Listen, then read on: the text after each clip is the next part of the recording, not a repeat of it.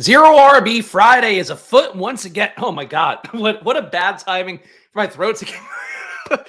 HeroRB Friday is afoot though on Splash Play. Of course, I'm already in a giraffe room here as I swallow my own phlegm to start a stream. The worst broadcaster in the world for a multitude of reasons. Number one, I couldn't start at 11 today because I had a call right before this. I was like, I'll just schedule it for 11:30 because it'll keep people off my butt doing the same stream.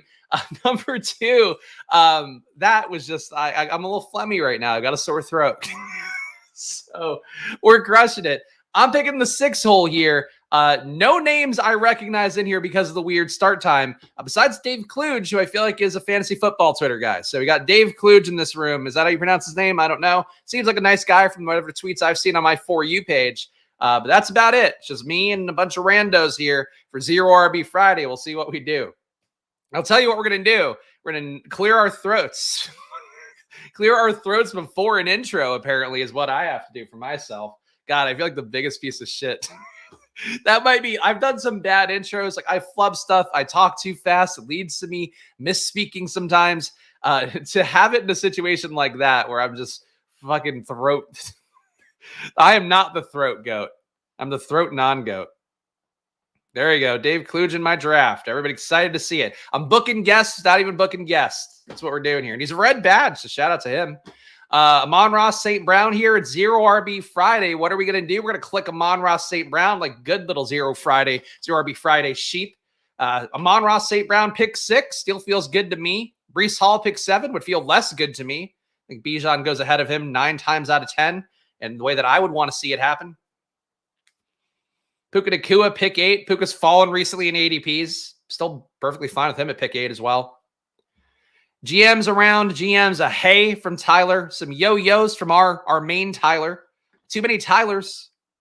Are we going to do an old Adam, new Adam thing with Tyler? I don't want to subject him to that. And also, I do have a pinned chat here, by the way, guys.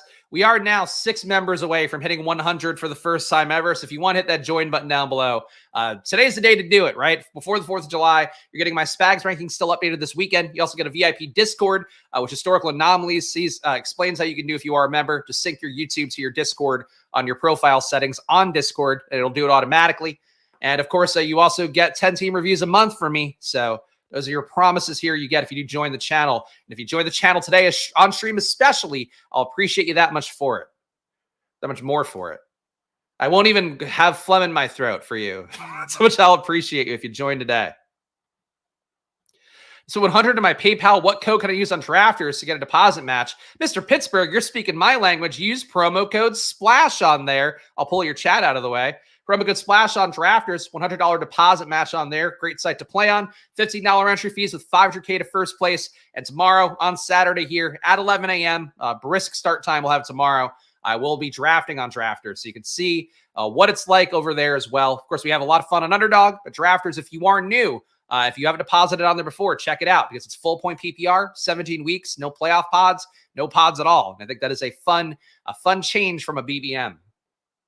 And even the full point PPR, fun change from Underdog overall. Mr. Mister, though, set me up like I'm Shaquille O'Neal and he's Kobe Bryant throwing me the assist. I don't know if they did enough alley-oops to justify that comparison. Hola, amigos. There we go. Okay. I don't know. I took both your wide receivers. I mean, I'm going to take everybody's wide receivers. You got to be in a room with me when I'm on stream. I'm going to gobble up everything. I'm like Pac-Man out here. Just waka, waka, waka. I can do it side to side. Waka, waka, waka, waka, waka, waka, waka, waka, waka, waka. Waka, waka, waka, waka, waka, waka. I should have probably turned the other way. But I got a pick coming up here. I can't be doing Pac-Man bits for Tyler to make him feel better about me sniping him, whatever I did, whatever I chose to do willfully. Nico Collins with Amon-Ra feels pretty fun. I don't think there's like a unique combo or anything, but it might be somewhat unique for me. Take that here. HeroRB Friday is alive and frisky. We're going to have a fun draft when we start with Amon-Ra and Nico. Need more 6 picks because I'm way underweight on Amon-Ra, but don't want to reach for him over JJ. I fully agree with that. I think I'm not under on Amon-Ra because I thought I was last week and I got a little bit over on him. I'm actually at 14% Amon-Ra right now and 13% Jefferson, but Jefferson wasn't there for me. I think I might be low on Puka. Not 8.9% Puka. I don't want to spoil the exposure review at the end of the video here. 8.9% AJ Brown. I'm over on everybody who's a receiver besides Garrett Wilson, who I don't like very much, and Jamar Chase, who I like less than everybody else in the pack. So exposures are aligned with my dreams so far, but obviously we'll see what we have over the next 2 months of drafts. Love the timing pump fake to get the stock out of the room. To be honest, that was not about it. It was just because I had a meeting that was going. Actually, fun meeting. If you guys use Pickett, the tracking app out there, I think one of the best. I mean, I think it's the best bet tracking app out there, and also probably one of the cleanest apps in the sports betting space. They're going to be partnering with Probably, so they're going to be an affiliate partner with them. Very excited. The guy who's their founder knew me from my Barstool days. So that's always a fun overlap that I then have to like be just charming enough to live up to, I guess, whatever I did content-wise at Barstool, which was not very charming, I'm sure, in hindsight. But yeah, partnering with Pickett for Probably, so that'll be fun. Happy to get the credibility that Pickett can provide for us. All right. I've had Shiva Cup holder in some rooms lately, and I've questioned some of his moves because I recall that name for that specific reason. So we'll see what they do in that spot. Besides them and Dave Kluge, only people I know in this room. And Dave Kluge doing a Detroit-San Francisco start there that I feel like is pretty standard. Oh, this is a tough call for me. Diggs or Laporta? Oh, man. I mean, I don't get enough of Diggs and Nico, I think. I could never have enough of Diggs and Nico, really. I'm going to go Diggs here. Could something fun come back at pick 43 for me? Can we get something like really fun? Can Tank Dell fall to 43 for once? Can we give me the dream Houston triple with a Monra on top that we just talked about yesterday? The dream is alive. Laporta, yeah, I don't think he's going to fall in this room. If I had to guess, Laporta will not fall past Dave Kluge. With 2 picks in a row, I would think that's unlikely. Diggs time, Steel City Blue was right in my head and knew. HeroRB is the missionary of best ball roster. That's not true at all. That's clearly would be a bunch of RBs early. That's been the way that people have been having children for years in fantasy footballs. It's just on their back, legs up, drafting a bunch of RBs early on. So I would say that no, that's not it. That's like probably, I don't know, like what's an overrated position, but still gets the job done. And HeroRB is not overrated, but one where it's like there's some danger to it. I don't know. HeroRB is like pile driving somebody. Why you can't have me talk about this 7 minutes into a stream? What are you doing to me? Paul Batal. Too many Paul B's in this chat. The other Paul B was here a few minutes ago. Tank Dell goes, really, just once. Can we get Tank Dell back to 43? Would it kill the room to have given me that one time? At least he didn't go to Ruttenhard. Good God. Had a draft get thrown out on DK yesterday, and the problem drafter was egregious. Understand for fairness, it has reasons to be thrown out. I feel like the problem drafter should have their entry fee and the yeah, I mean, their punishment's that they might get banned. On DraftKings, I don't know how that goes, but that would be their punishment on Underdog, depending on how they tank it and depending what they do. As I predicted, Dave Kluge goes Sam Laporta. I've got him in Dave Kluge's brain. He may not know who I am. I barely know who he is. Fantasy guys, is that where he works? Football guys, is that? I don't think Fantasy Guys is a site. Maybe it is for like, dream guys for a certain demographic. Anyway, it's a HeroRB Friday here. One where we will not get an Amon-Ra Laporta Houston double, unfortunately, or an Amon-Ra Houston triple, which would have been very fun to get. It's a dunk on our guy Adam after yesterday's convo. But no, we will go Nico and Diggs, which can add a Schultz on top, can add a Mixon on top. Wouldn't be mad about it.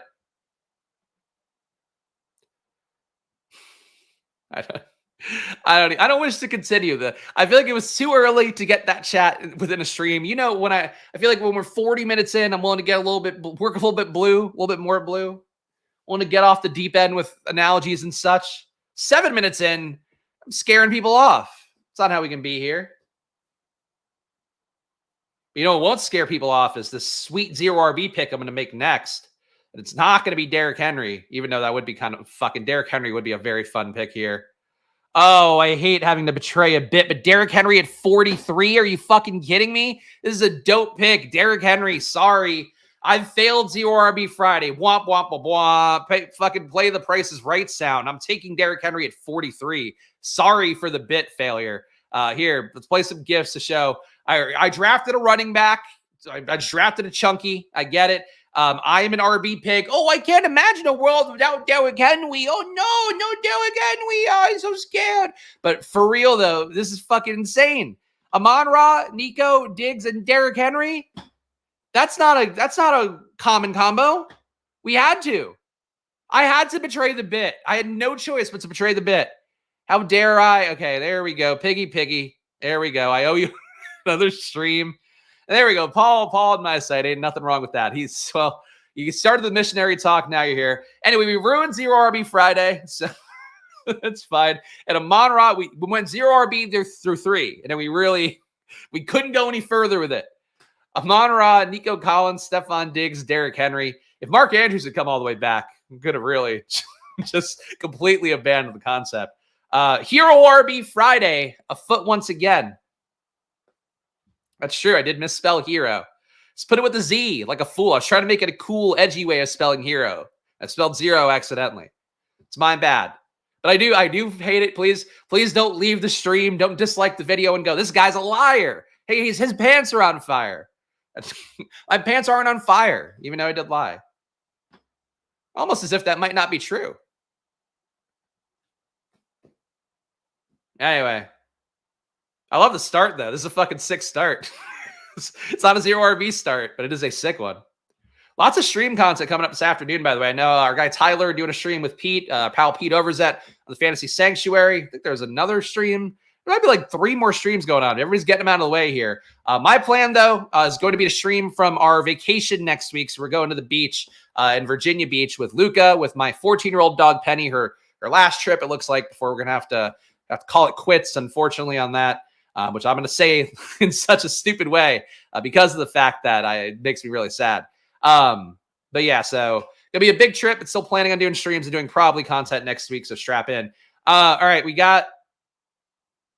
I mean, Kincaid's not really a huge value here. Is there anything we could do? Houston KC.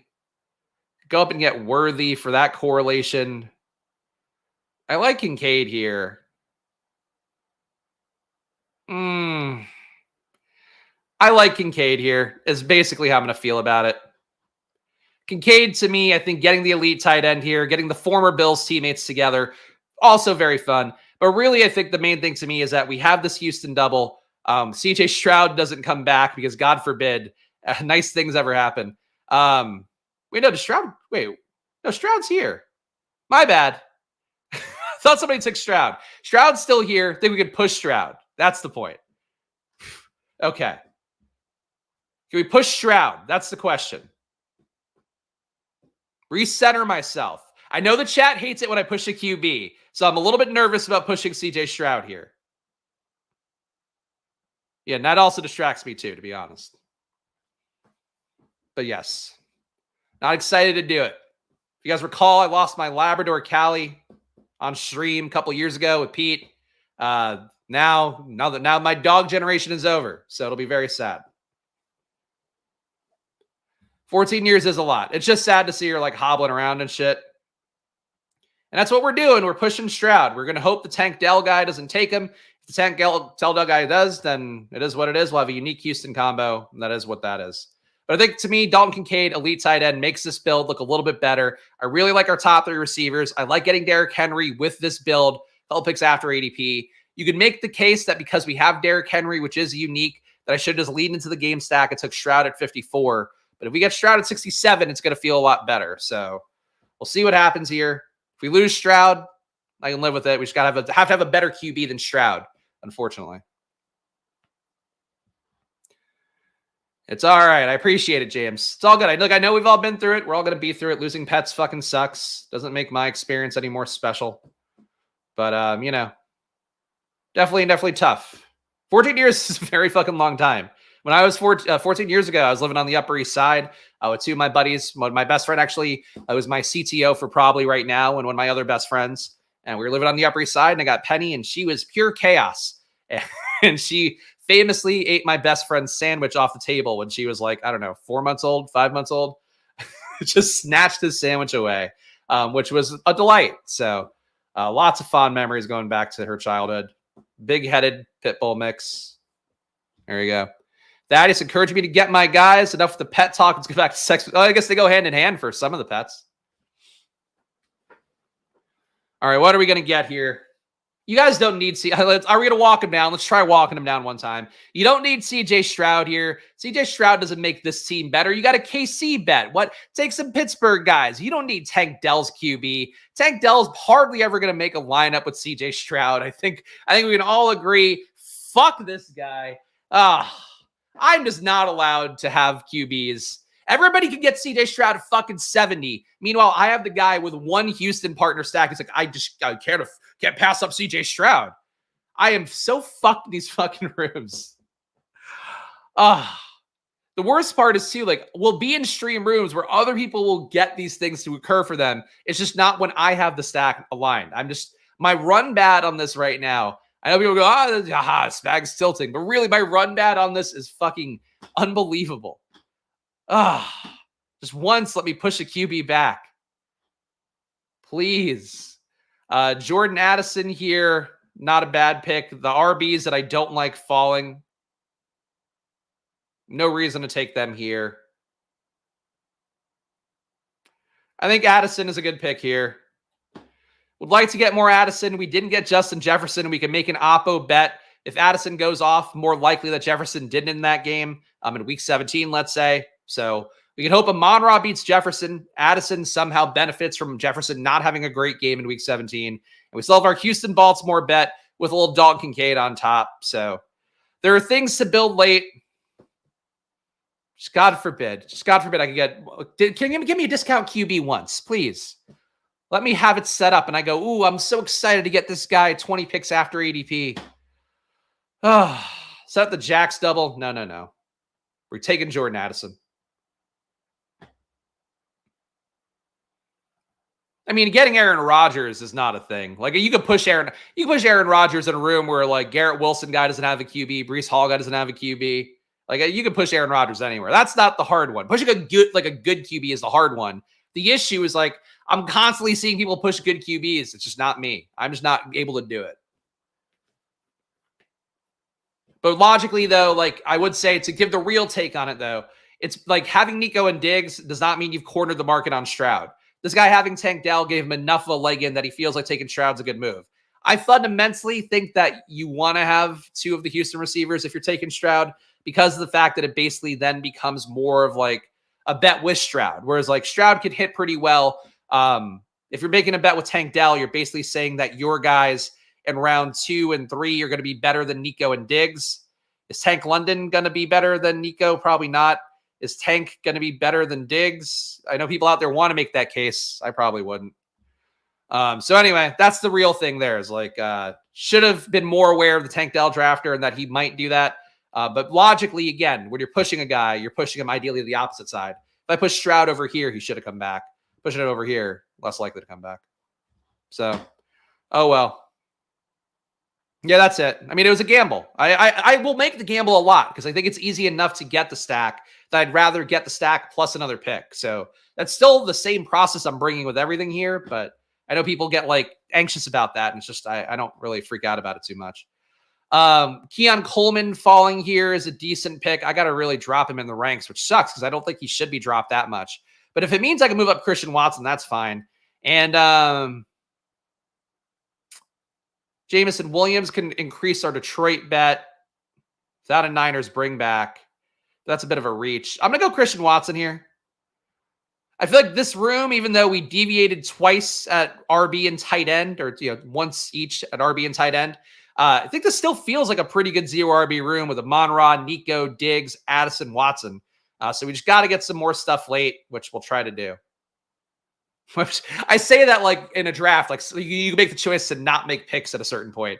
Like, oh yeah, I'm not going to do more stuff late. I feel pretty good about it. We have to do stuff late no matter what, but I'm going to try to do some good stuff coming up here. Because so many people are able to push Stroud. If you don't, then they will always have a better team than you. That's exactly it. There, Utah Sports nails it there. summarized it much more cleanly and in an abridged fashion than I did, while just fucking tilting my face off. It's like that guy doesn't even know I just talked about having to put my dog down after our vacation. Just take CJ Stroud from me. Like that's not on the table. It's very rude. Ramondre at 82 still feels like a nice pick. Kenneth Walker at 77 feels like him getting priced where he should be. I'm so confused about where people are taking Rachaad White and Kenneth Walker because I see them fall in rooms so frequently, but they're still like price locked in the early to mid 60s. So there has to be people who are like Rachaad White 5th round. Like I'd love to get him. Like, and probably the same thing for Walker, which I would really watch out. Even if you like those guys, they're coming down enough that I would probably start to wait until they get back in the 70s ish. But yeah, this room's a little bit weird though because we had somebody coming up for Montgomery, coming up for Swift. Maybe somebody drafting off rankings. Who knows? 5 wide receivers through 7 with the 1-0-2 is so comfy. Yeah, look, I like the seam. Again, getting Derrick Henry at 40 alone makes the seam pop pretty well. So I'm happy with that. MKE wants me to get Love. I know D. Owens wants me to get Love. Look, yeah, we'll see. If I can push Love to 102. As long as I can push Love. The Jaden Reed guys over here. God damn it. This game's rigged. I'm not a sports betting's rigged guy. Why do I have to take Love at 91? Somebody else is going to get Love at 102, fucking 1. We've seen Love go in 130 in a room this week. I have to take him at 91? I can't push him. The Jaden Reed guy's here, and he's got no QB. He trapped me. He did trap me. I'm trapped. I have the netting over my head. I guess this is what happens, though, when you go against the spirit of Zero RB Friday. You get tempted by that siren Derrick Henry. He's singing his beautiful song in his mermaid bra, and I can't resist. It would be insane to take Jordan Love here. Kyler Murray is still on the board. He's an 81 ADP. I can't do it. I can't take Jordan Love. I don't care how much he means to this team. I can't do it. All right, Kyler Murray. So this is going to be the run at QB. All right, so it's a 6-spot reach for Jordan Love, who I do believe should be ranked behind all these guys. But we'll do it. Jordan Love. You guys win. I've been pushing QBs a lot. For once, I'm going to take the QB. Jordan Love at pick 91. When somebody just got Kyler Murray at 90. Just say Kyler. There we go. No.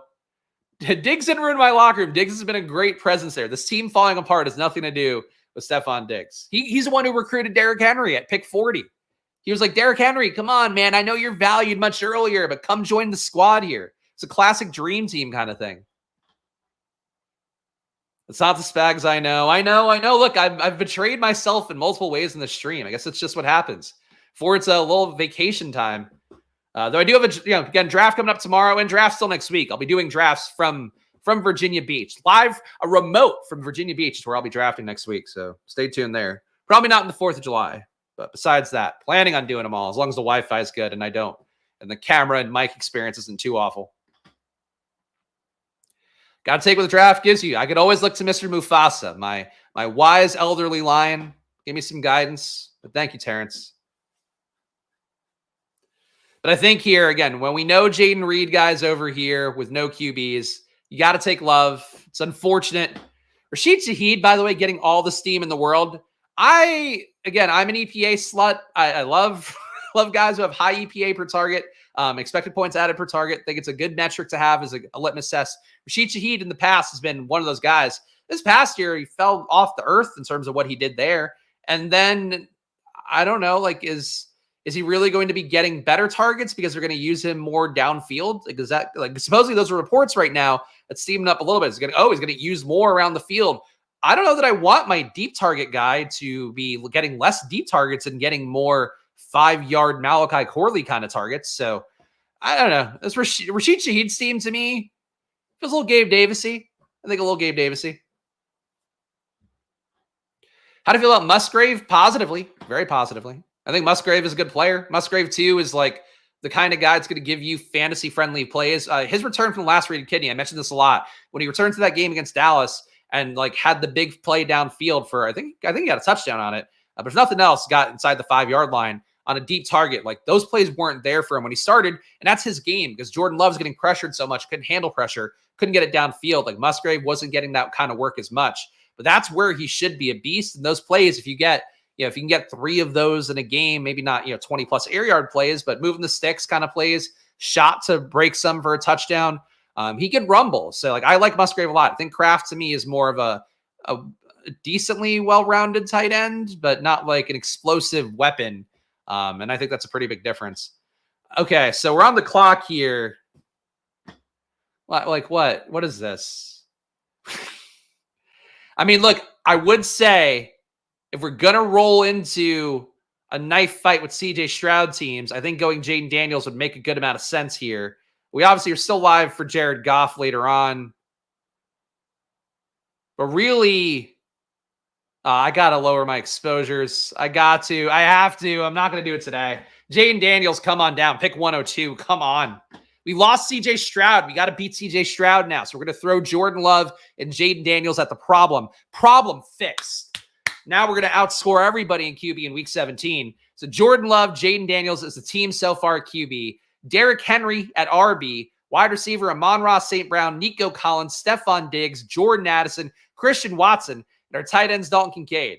Derrick Henry is going to be carrying a lot of water for this team, but he's doing it at pick 43. So we're going to live with it. Wow.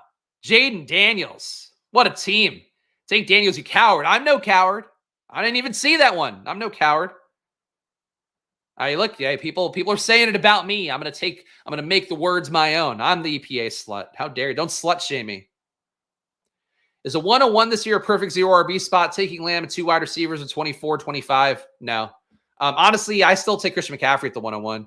Anywhere you want to be the best like 0 RB spot's going to be it. It just depends on who's going to align with those ADPs. But like to me, my favorite, honestly, if you get a Amon-Ra, Nico, Diggs, Laporta, I think that's like a top tier start. It's hard to get Laporta at 43, but like this spot's pretty good.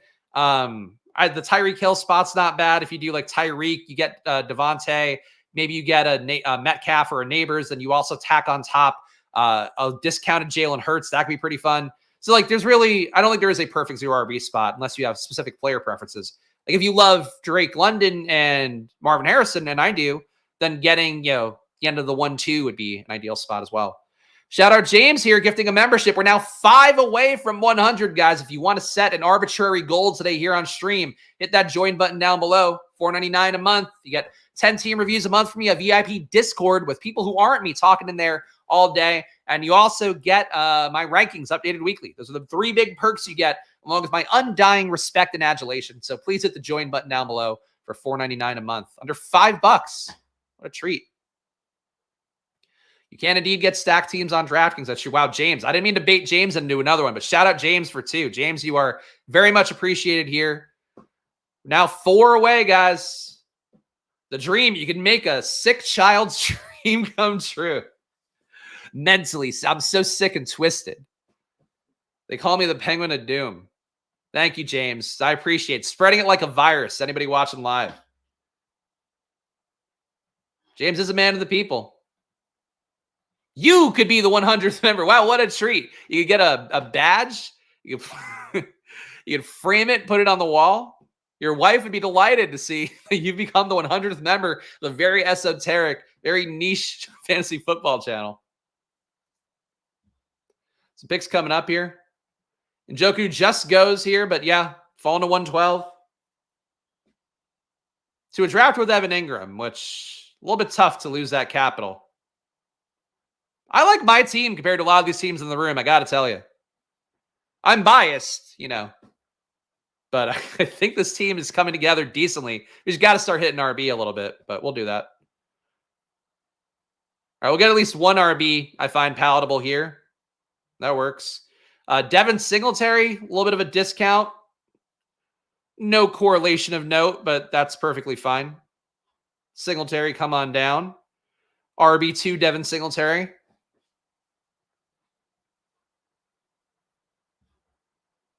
Really hard for me to not click Dalton Schultz for tight end too. Love the double Dalton tight end build with Dalton Kincaid. But I think we need to save our tight end spot for Musgrave, Sinnott. People already victory lapping beat reporters saying that Sinnott might be tight end 3 right now. It's very early, and Zach Ertz is very old and couldn't make an active roster for Detroit last year. So Sinnott's still a viable play to me, even though I would like to level out my exposure with him a little bit. Hunter's Member gets a $250 gift card. Yeah, gets a gift card worth as much as the actual revenue is from the channel. All right, picks coming up here. Just taking their time. I feel like this point in the board, not the most exciting one. Dontavian Wicks. Gotta wonder if at a certain point he comes back down to earth price-wise when there continues to be drumbeat about it's going to be very hard for him to be anything besides the wide receiver 4. Nice quotes about Romeo Doubs lately, which would certainly make you think that going to be difficult for Wicks to get on the field. He's got to beat out one of Watson, Reed, or Dobbs, and those guys don't look like they're very likely to get beaten out. Okay, James does it again. Wow, James has single-handedly put me over the hump. Terrence, you could do it, Mr. Mufasa. You could do it. Closing in on 100. I think we're now, what, 3 away? Somebody double-check my math.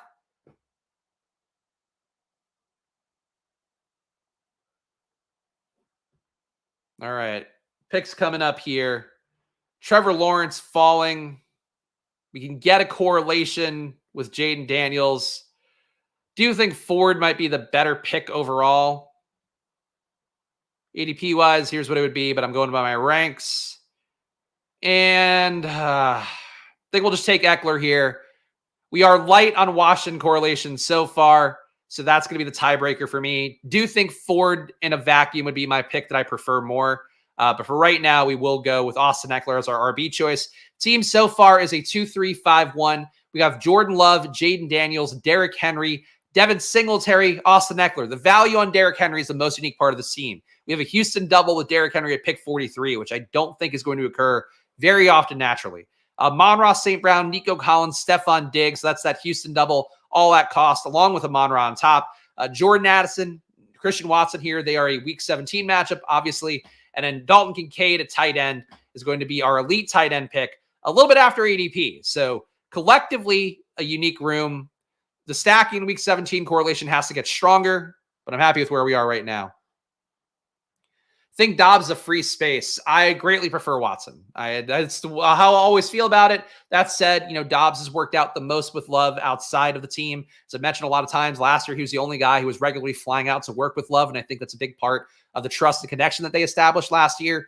That said, I think that Dobbs, to me, the least talented out of those guys. Reed is a very qualified slot guy who's got some Debo to his game, can do stuff after the catch. And I think for Watson, you guys know how I feel about him. It's just he's a freak athlete and a guy who I think shows the commitment to improving facets of his game and also to things like improving his muscular health to make his hamstring less of a risk. So these are things I like to see from my guys, and I think that's why Watson, I'll keep betting on. Year 3 for him, and he didn't even get run last year with the best version of Jordan Love because he hurt his hamstring for the second time in a year. And I just think his talent level is much higher. That said, if you want to account for injury risk, I get liking Dobbs more than Watson. But to me, if you're making a bet on Dobbs and frankly on Wicks especially, it's almost got to be like an anti-Watson bet, I would think. Dobbs is unsexy, but he does everything they want. He will get work. Yeah, and he also does a good job in the red zone. He does get some good targets for himself there. So I certainly get it. I'm not going to begrudge what Dobbs does well, but I do think that in terms of explosive plays, in terms of the kind of stuff, again, the show's name Splash Play. There we go. Point the right way. The show's name Splash Play. Christian Watson's more that guy. Dobbs is more like your quintessential Keyshawn Johnson-y. He played more out of the slot, but Keyshawn Johnson-y possession receiver, big-bodied guy who does some stuff there. People think Dobbs sucks and he doesn't. I don't think he sucks, but I don't think he's the best. Where would Dobbs stats? Let's go to something arbitrary.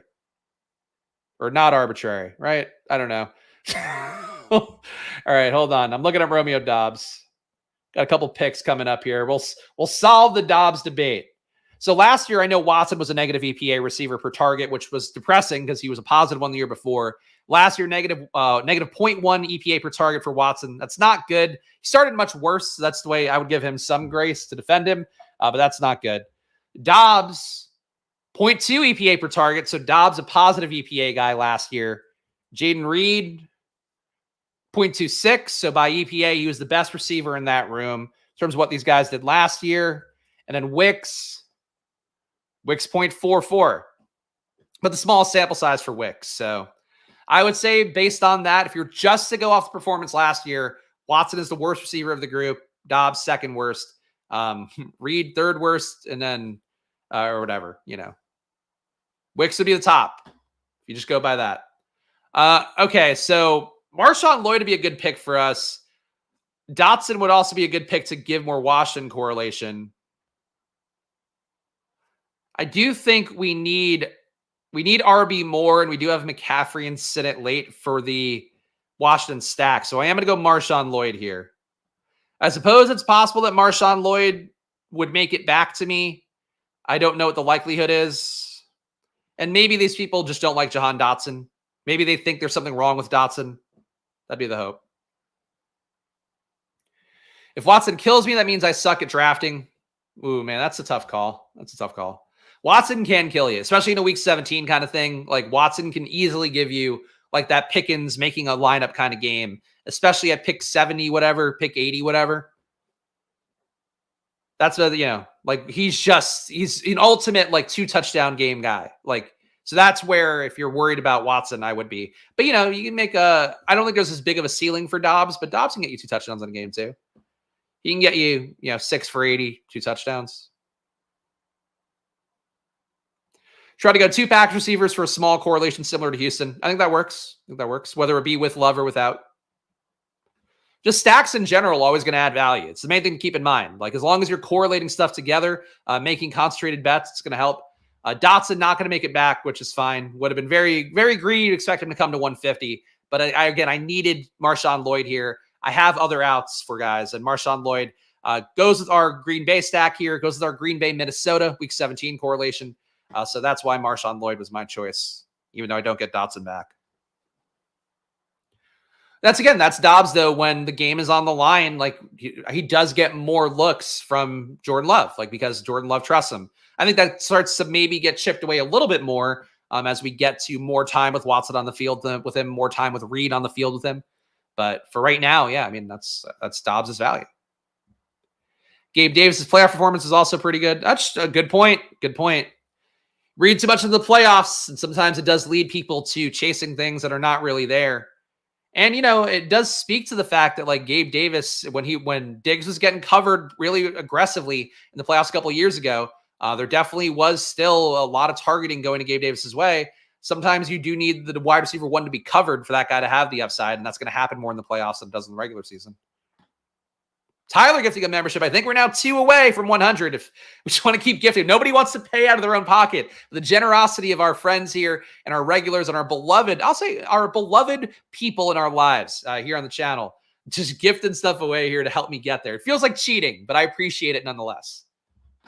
I'll take all the cheating at this point. If somebody wants to cheat to help me win BBM, like don't tell me about it because then that's slippery slope. But if you want to help me cheat to win BBM somehow, because you work at Underdog and you're like, hey, let's give Spags an extra 1,000 points. I'll take it, I guess. So same thing for buying memberships to get me to 100. We've got to get to 100, and then we've done it. Then I can retire with all the ones and ones of dollars. All right. Picks coming up here. We got a 2, 4, 5, 1. Some ADP fallers. I'm baffled by some of the ADPs.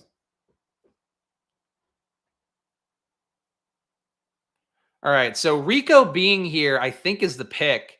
Like, Musgrave is nice, but Rico at a 10-pick discount when we just need RB firepower, I think we have to do it. So I would like to get Musgrave. We still have a backdoor Sinnott if we want to take a different tight end, so I'm not going to force it right now. I think that was more valuable. So shout out to that. Okay, shout out to the chat. Bindles put us over the top here. So now we've cheated my way to winning 100 members on the channel. Thank you guys. Here, let's pull out the noisemakers as we always have to do. So hide your pets at home. Well, you haven't seen somebody blow 4 things that fast. Make whatever reference you want tacked on top of that. But appreciate you guys being here. 100 members on the channel for the first time ever. Thank you to Bindles and James and Tyler for their generosity. And I hope some good people in the chat got memberships. Thank you, Bindles, for sharing with the class as always. And make sure to go check out Bindles' streams as well. We plugged Tyler's before. Fancy Sanctuary with Pete coming up today. Bindles, I'm sure, has some great stuff coming up over the next couple of days as well. Or has some stuff from the last few days. Whatever the case may be. Bindles and Neil, a regular duo now. My pal Neil Orfield. Big man Bindles. There we go. And there we go. Mr. Mufasa gets a membership. There we go. So I don't know. Were you saying don't spend the money here? Don't, save that trip to Mickey D's. Yeah. Don't go to McDonald's. If those are your 2 alternatives, McDonald's or giving Spags money, I think it's pretty clear. Like, and I love McDonald's too. Demario Douglas at 156 to Dave Kluge. Woo. He also takes Musgrave, that bastard. Nah, he didn't need Musgrave. But I guess he wanted correlation with Aaron Jones. Not really sure what he's going for there. But not a bad team by Dave Kluge, even though I would question reaching for Demario Douglas that much. Some of the luminaries in a draft room here on Splash Play. Thank you, Independent Thinker. Thank you. Splash Play, keep it at 100. Thank you. Appreciate you guys. You guys are all entirely too kind. And thank you to Tyler as well. Put on the hat. Which hat? Oh, the tiny hat? You want me to put on the little, or like the Welcome to the Family hat? Because I have my tiny, here, my little New Year's hat that we can zoom in on quickly. There we go. I feel like the biggest asshole in the world. And we're also on the clock here. I'll keep the hat on. Maybe this will make me make a good pick. All right. I mean, Bucky could complete the RB room if we need to do that. Bateman would give us a little more Baltimore for Houston. Sinnott would be a decent tight end pick, obviously, to correlate. I'm not gonna back down off of Sinnott here, I don't think. Yeah, I'm not gonna back down off of Sinnott. We're gonna go Ben Sinnott here for tight end 2 with Dalton Kincaid. I'm gonna take this off because I feel. Oh, did I snap the string? No, I didn't snap the string. Thank God. Okay. I feel too silly wearing that hat. I feel uncomfortable, actually. It's like digging into my chin. So no, thank you. Team so far. So we have 5 receivers still. So we have pushed receiver for a while. We're going to have to go back, grab it in the last few rounds, but that is how I've been doing it lately. 2-5-5-2 build. Jordan Love and Jane Daniels. Love the QB position. Love getting these guys where we got them to complete the team. Derrick Henry, Devin Singletary, Austin Eckler, Marshawn Lloyd, Rico Dowdle. So we do have our Green Bay double, even if we didn't make it a triple with Luke Musgrave. And a big value on Rico Dowdle, who most rooms seem to like. This room did not. Falls to 150. Monroe St. Brown, Nico Collins, Stephon Diggs, Jordan Addison, Christian Watson. A little bit of a discount on Watson, but everything else here pretty much flat with ADP. A little bit of a discount on Kincaid. Reached out for Ben Sinnott just to close out tight end, or perhaps, seemingly close out tight end. That's the team so far. Very happy with the team. Obviously, we haven't lived up to the Zero RB draft goal thus far. We lived up to the goal of building a good team. 2 hats, 1 Spags. I mean, better than anything else. The 2 cups. I don't know. It's 2 Spags, 1 cup. I don't think I can clone myself. Unless I had the superpower from the boys. And then I probably would not do the same things the guy in the boys did. No spoilers. Chuba goes 167. I don't know if that's a good price for Chuba or one that's still like he's just knowing that he's going to get scooped by Jonathan Brooks as the season goes on. Like, does that kind of ruin it for you still? Kind of does for me. Anyway, some obvious choices coming up here for the next pick. So we'll keep my ranks off the screen. We'll keep the mystery afoot. Roman Wilson at 170. I've been calling it for weeks. He needed to fall. Nice to see it happen finally. Guy is not even the Pittsburgh wide receiver 2, and we don't want the Pittsburgh wide receiver 2. I barely want the Pittsburgh wide receiver 1 after loving him in general as a player the last few years. So that's how I would feel about Roman Wilson coming down. Very overdue. Bucky's still here. Bateman's still here. McCaffrey's still here. So McCaffrey, we don't really need because we do have a Washington double. Bucky makes the RB room pop a little bit more. But we could use a wide receiver 6. I love you, Bucky. I'm sorry to see you go, but I think you're a luxury. Like, I don't really know that we need a 6th running back. We do need a 6th wide receiver. So Luke McCaffrey is going to be the pick. And then we'll see what we get around the bend. I guess we give the team a read. Team so far, 2-5-6-2. Jordan Love and Jaden Daniels at QB. We got Derrick Henry. Again, the biggest value. I've seen Derrick Henry go in a room since the big board where, by the way, let's go through the big board teams. Derrick Henry's going in the 80s in the big board. Fucking batshit that he's now reliably in the 30s, except in this room. Devin Singletary, Austin Eckler to complete or to go with our Jaden Daniels bet. Marshawn Lloyd goes with our Jordan Love bet. Rico Dowdle rounds out the RB room. Amon-Ra St. Brown, Nico Collins, Stephon Diggs. We could not push CJ Stroud all the way around, which is how we ended up with different QBs, but that's great for a team. Getting on different stacks as a result is the ideal approach if you do get sniped on your QB. Jordan Addison, Christian Watson, Luke McCaffrey. So we have to add a few more receivers here, but the top 5, I think, stands on its own. And a tight end, Dalton Kincaid and Ben Sinnott. Happy with the team. Only ways it gets better, and even then, it would change the pathway a little bit, would be getting CJ Stroud here, I think would have made it a little bit different. But I'm happy with it nonetheless. Dave going to get J.K. Dobbins. Is that one of his brand plays? Dave Kluge in the 12 hole. Not a fancy football guy. Just watching his team quietly from afar. He's built out Niners Detroit stuff and a little bit of Minnesota Green Bay. I don't know what else he's got.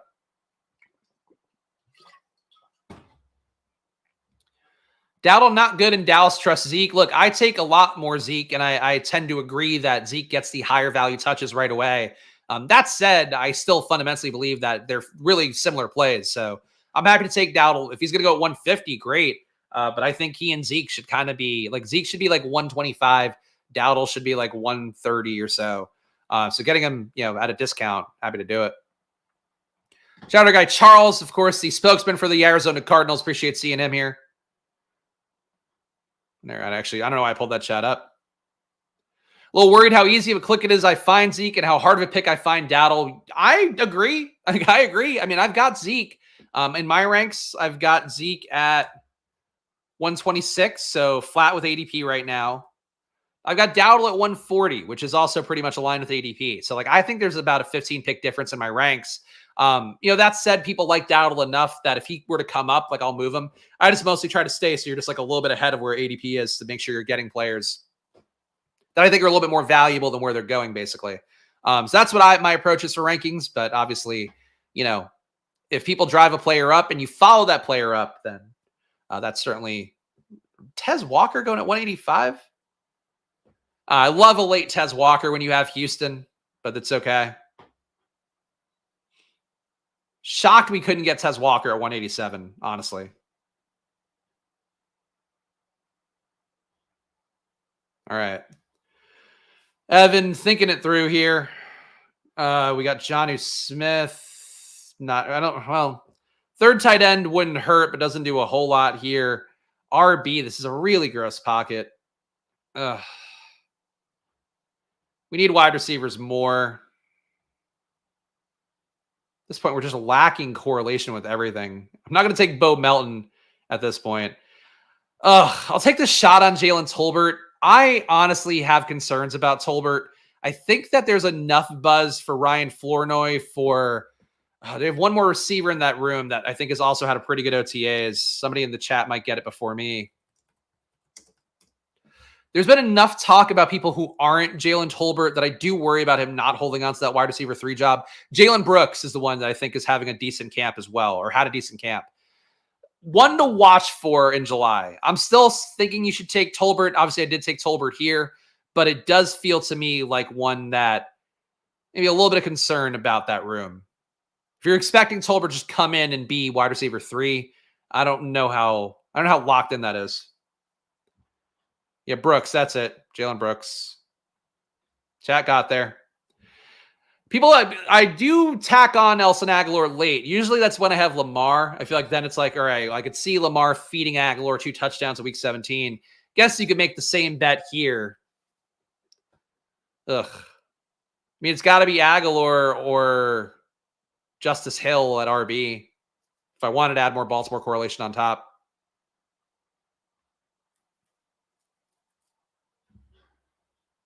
All right. See what we have coming up here.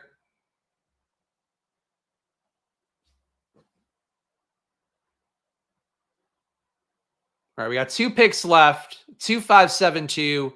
Would like to continue to add on at receiver. The issue is like there's just nobody left that correlates at receiver for the guys we have.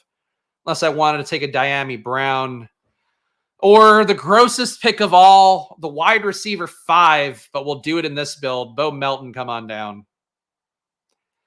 I don't know what the Bo Melton bet is, but I don't know that it's a worse bet than Tyler Boyd. I like Jalen Hyatt, but for this build, I have so much Jalen Hyatt. Don't need to force him in.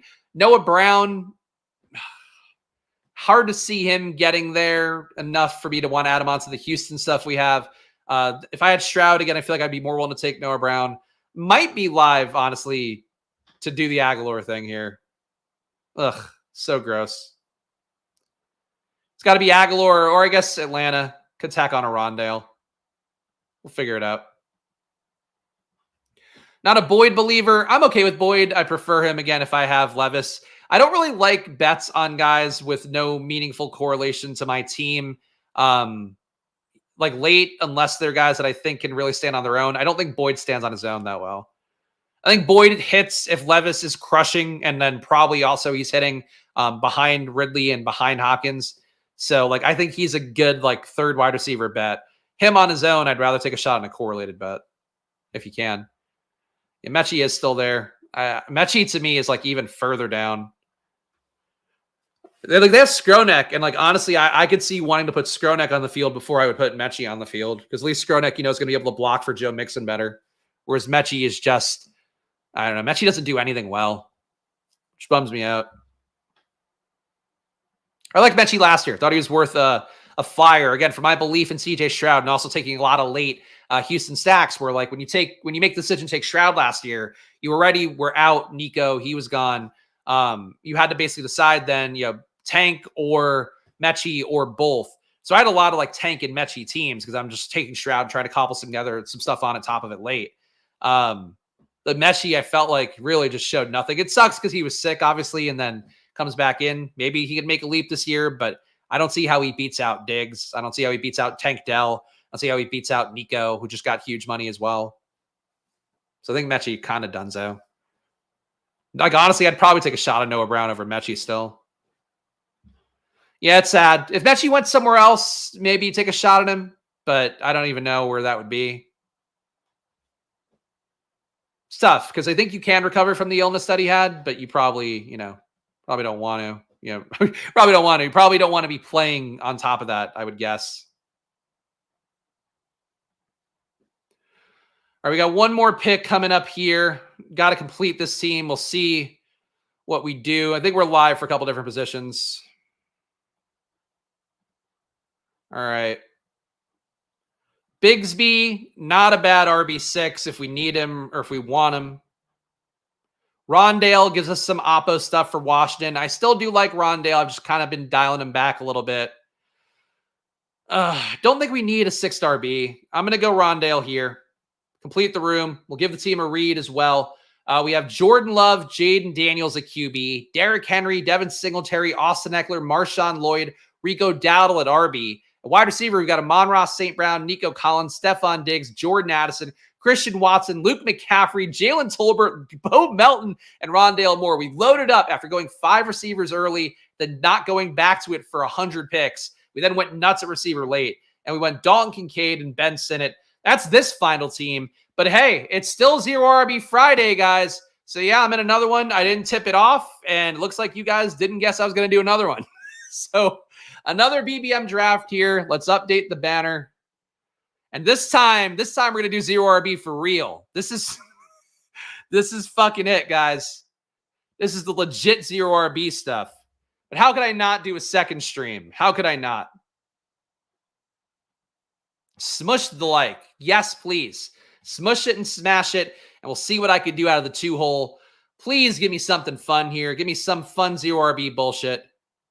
Oh, sorry, Bendels. I did not mean to box you out. I just joined it, and I thought some people might guess that I was going to do a second one. But apparently, I was wrong. What? Oh, fuck, man. Well, this...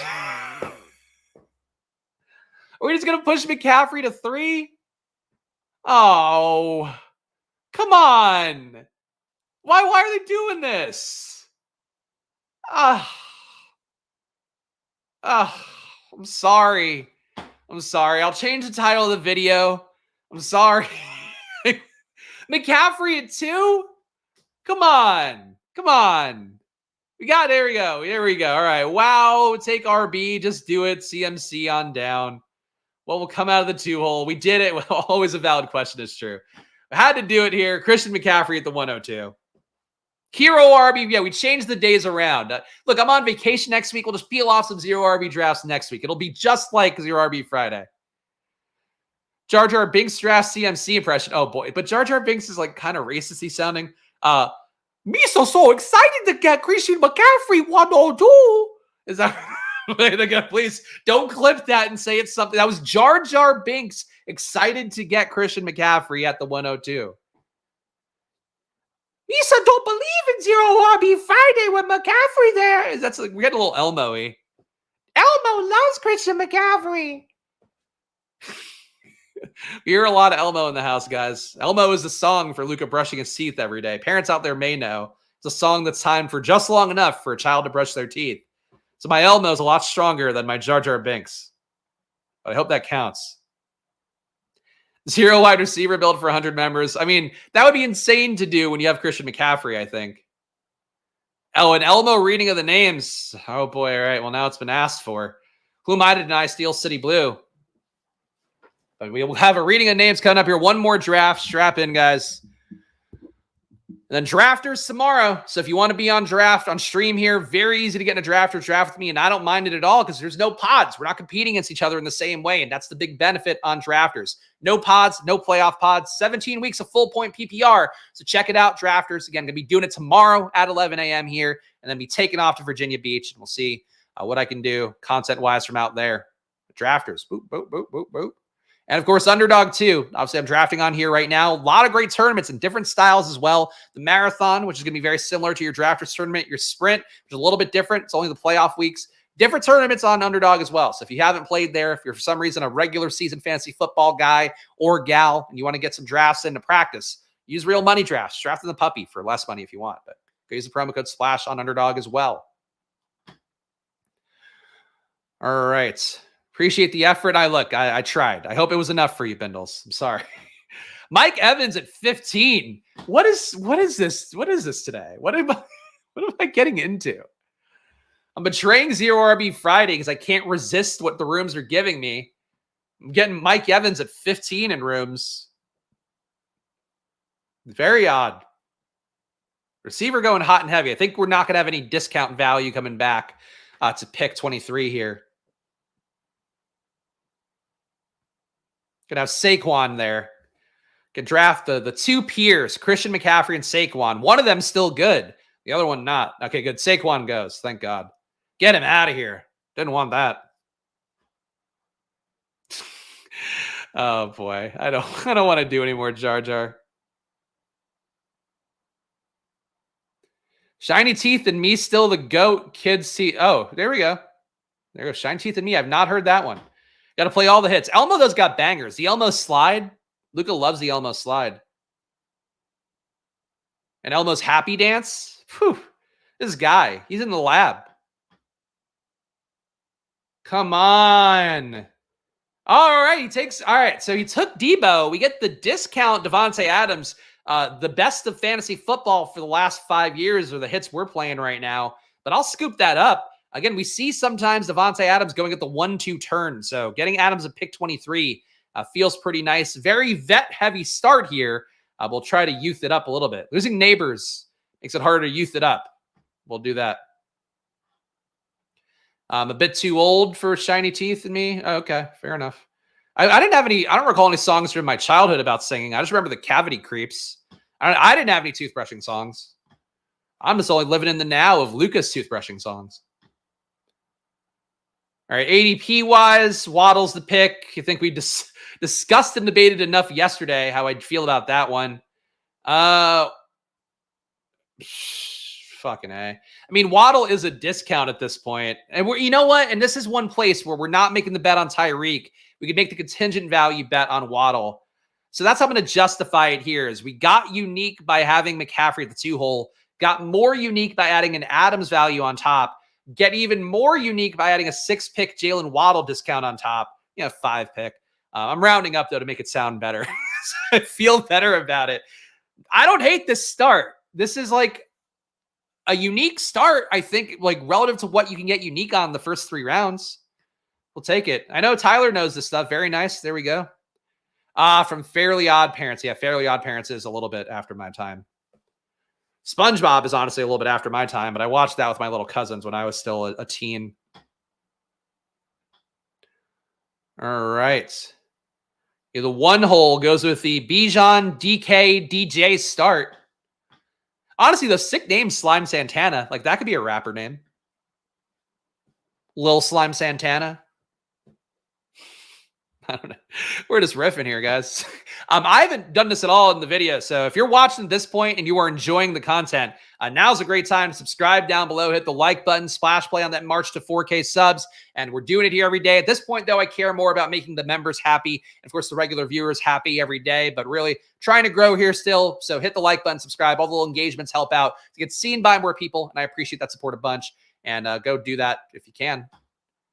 And of course, my other plug here while we're filling some time, probably my sports betting app. It's been a really good month of June here in general in the app, but it's been good stuff. I've been doing content. It's just one of those things where it's EV-based betting using market data, and market data is really going to make you better over the bigger sample size. And that's the core thing there. Last year, built my bankroll with market data from our first version, actually, of Probably's data. So go check it out, probably.com. Use the promo code SPLASH on there if you want to get half off. And there's also a 7-day free trial that goes along with that. So you can actually get half off with a 7-day free trial now. If you go to probly, probly.com, and get your sports betting data, make it better for yourself. Stop trying to research it. It's the one thing I say in all the promoting I do now, because like research apps make people lose so much money. And like, it's very funny to see. It's not funny. It makes me sad actually, but like the YouTube comments on other streams, people that are watching betting content, it's like those guys who like try to research and it's like, they only hit -166 bets, only hit -180 bets. It's like, the worst. Sports betting is the fucking worst, guys. So that's why I keep the probably sticker up here. Anyway, back to best ball, which is not the worst, thankfully. The only tools that people make are ones that they actually try to help with. The Sidekick Legendary Upsides tool, the Draft Caddy tool from Brick, the Draft the Draft Peeping Tom that Spike Week does. What do they have? The Draft Hacker, I think is what that is. Those are 3 I know of that all do a good job if you do want some tools. No affiliate stuff for any of them, unfortunately. Go check them out. Who are we talking about? I don't know. I missed the initial one. Okay. Interesting chats. Chat's just going off. Kittle Steam only in this room. Kittle goes 31 here. Honestly, that one snuck by me. I was like, oh, blue. Somebody took Laporta. But no, Kittle at 31. So we're going to get some weird stuff back. I have to assume this is just a guy trying to get a Niners Detroit thing, but he should have not done that. I don't know what you needed to go up and get Kittle for. He could have safely gotten Kittle at 42 or 42, 55 even. Maybe star method. Maybe he started and timed out. Oh, the pound has one too. Go ahead. I didn't know that. There you go. Check out the pounds one. I've not seen that one in practice, but I'm sure it does a good job. All right. What is our, I'm scared to pull up my screen because I don't want people to see my ranks and have anything like, and then they realize, oh, I shouldn't be letting these players fall. Because that happens sometimes. People see my name in a room and they're like, that guy streams. And then they look at the stream and know what I'm doing. No really big fallers at this point, despite the people reaching around like nuts. So nothing too crazy that I think we have to like go off the deep end about. But Andrews at 39, Kittle at 31. Feels like there should be something nice coming back, hopefully. This room is saving me a wide receiver avalanche. They are. They really are. Walter Picks has one? Okay, I haven't checked that out. I don't know them, so I'd put them last. If I don't know them and they don't give me things and make me aware of their product in a way that it helps people, I don't care. But I do know Wall Street Picks does a good job in general. Or I believe they do from what I know. All right, so the Jalen Hurts guy goes with Saquon, so no pushing back. CeeDee Lamb, Devontae Smith for this guy. The Oddabys here. Or Theo Didibbies. I don't know what the fuck this guy's name is. Trey McBride coming back is not bad. Christian Kirk is the best ADP value.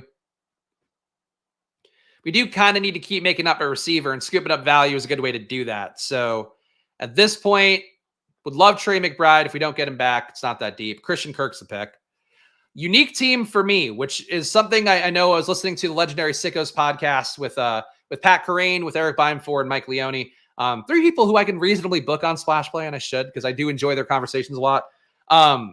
They were talking about how, like, if you are making a draft where you're hedging against priors a little bit, and you take one guy you normally don't, like let's say you never take AR, but you have Michael Pittman and then you take AR, like you shouldn't then do a different draft from what you normally do and like start hedging everything. And I kind of feel like that's what this draft is for me a little bit, where it's not zero RB. We're taking guys like Adams and Waddle. I like Kirk enough, but that's my concern, is I'm maybe hedging a little bit too much in one draft.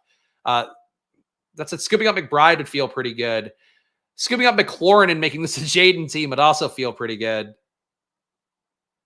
I am going to take the McBride discount, though, or slight discount, just because of the fact that McBride, I think, is more valuable in this room at 50 because Andrews went at 39, because Kittle went at 31, and because Pitts went at 49. I think that makes McBride theoretically a better play just because of the fact that he's cheaper for his ADP and all these other guys are going ahead of ADP. I don't know if that actually matters. It's like really micro, but that should theoretically be an edge here. Kittle went 31 right here. So I play for him. Might have been an accidental star method because this guy is not doing anything stupid besides that, but it is a stupid pick nonetheless. McLaurin goes 52. Would have been nice if McLaurin fell to 71, which in this room would have been plausible, but no. Terry, though, safely going to the mid-40s, so we've got some CLV on Terry McLaurin and his status. If I had to guess, though, Underdog, in a June no news period, I think that they might be driving Terry McLaurin's ADP back down a little bit. Star method victim, I don't know. It probably is it. I mean, he's scooping Pacheco. Pacheco at 59 or 55 is pretty nice. He's scooping everything else like he should, so I guess that's got to be it. But I didn't see him time out, so I don't know. And he is a non-badge drafter, so maybe he's just trying to get unique by reaching for Kittle and then grabbing other guys as relative values. Who knows? Kincaid, I would say, also going at 56 when you do have Kittle going 31, Pitts going 49, Andrews 39. Do you think that does make Dalton Kincaid look better as well? Very fun team here. Tight end is going to be thin later, I'd imagine, with how it's going so far. Perhaps. I mean, you could make the case it wouldn't be so much because of the fact that so many people have an elite tight end or a quote-unquote elite tight end in the first 60 picks, so they might not be inclined to spend that capital. But with how this room is drafted, you could go either way. You rewound and he timed out. Okay, so there we go. So it does seem like I play for him. Despite building a nice team, did time out on Kittle at 31. He can dig out of it. He just has to pick up some fallers. I've talked about one time I did a BBM off stream, right? Accidentally timed out on Malachi Corley because of the star method. Took him at pick 90 instead of pick 160 or 170, whatever it was. I think it was 160 was where his ADP was at that point. Timed out on him, tried to salvage the team, and then marked it like, if I advance this team, then I'm a genius. But like, really, you can dig your way out of it. It's just obviously going to make it tough to lose a third-round pick for a guy who goes reliably. I mean, Kittle will go in the 8th round sometimes. Will reliably go in the 7th. That guy's got to be hoping. I play for him. Has to be hoping that Kittle is going to go absolutely nuts. I mean, guys, excelling in their age 31. I don't know how old Kittle is. Probably not the most likely. Kittle age, let's see. 30 years old. Turns 31 in October. Wow. I got that right. And of course, George Kittle, most famous besides his tight end play, most famous for sending me Tinder screenshots back in the day for my old Barstool blog. And he still follows me even after I sent him a weird DM because of Pete's randomizer stream that we did last year. So shout out to George Kittle. Our favorite tight end, even if not the best tight end.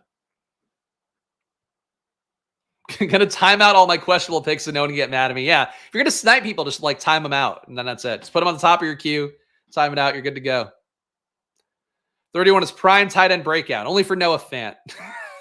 The Noah Fant's got to be like, what, 28? Let's just look up tight end ages today for draft number 2. Now that we betrayed the HeroRB thing. Noah Fant's 26, turns 27 in November. A little bit younger than I would have thought. AR going at 69. If he had come back, I would have had to take him. So I guess doing me a favor, but not really. Keon Coleman here. So we have a 0-1-3-0. This to me feels like a Brian Thomas spot. Walker, slight discount, but I don't like him, so we're not going to do that. And Brian Thomas gives us the Jacksonville double, so we can do some stuff with Trevor Lawrence, perhaps, assuming we don't get sniped. So Christian Kirk, Brian Thomas, don't think they really are conflicting bets. Christian Kirk, to me, going to dominate between the 20s. Brian Thomas should dominate red zone touches and then downfield touches. So I think for Brian Thomas, that's how I view him. One of the best players in EPA, college football last year. Not a great target earner, under 23% on that. So that's the flaw for Brian Thomas.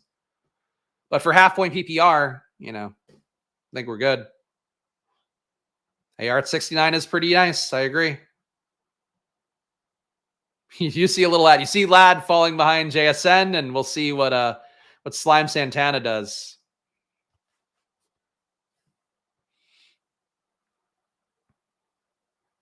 All right, 0-1-4-1 here. Niners, Vegas. Evan Ingram still here. But tight end's going to fall in this room, and we already have an early tight end. I think this is a spot you could talk me into scooping Lad. You could talk me into scooping Keon Coleman. But I think playing week 17 through David Montgomery and Christian McCaffrey is always going to be a fun build to me. So I'm going to do that here. David Montgomery ends the RB fast that we've had here on HeroRB Friday after taking Christian McCaffrey at the 102. So it's a 0-2-4-1 right now. Christian McCaffrey, David Montgomery, Devontae Adams, Jalen Waddle, Christian Kirk, Brian Thomas. So the Jacksonville double with Vegas and Miami. And then tight end, we have Trey McBride. I like the team. I'm sorry I didn't take Lad. But yeah, you can unsubscribe. You can unsubscribe, but you can't unlick my butthole. And you also can't remove your paying membership either. Evan Ingram goes, or rather unsubscribing doesn't remove your paying membership. You could decide to not being a paying member, and then I'd be sad. If we just got over 100, nobody can ever unsubscribe again, or you'll make me very sad. All right. Kenneth Walker again at 77. Please don't take Kenneth Walker in the 60s. Be smart. He is falling in every room, as he should, but he is legit falling in every room. Keep that in mind. Take him in your season-long league at ADP because that's where he's going to go really enthusiastically.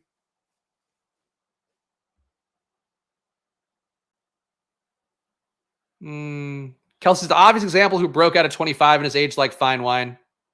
Yeah, look, I mean, a 31-year-old tight end can be good. A 31-year-old tight end who gets banged up and plays as physically as George Kittle, a little bit tougher. And it does seem like they've wanted to address his backup tight end because they have some concerns about that.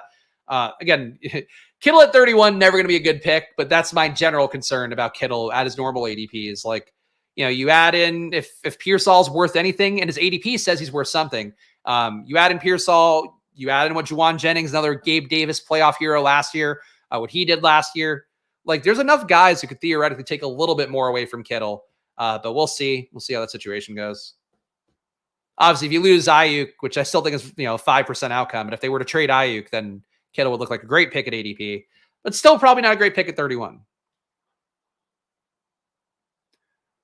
Kittle's such a good blocker. He is. Monty over Lad is egregious, and I shall file complaint with my Congress rep. Wow. Really? Man, I love Monty, man.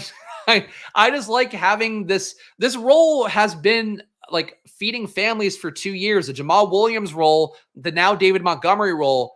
to me, it's one of the more valuable roles in football. Unless you think Montgomery is going to get hurt or Gibbs is going to take more of that work away. And I don't think, I don't bet on either of those things.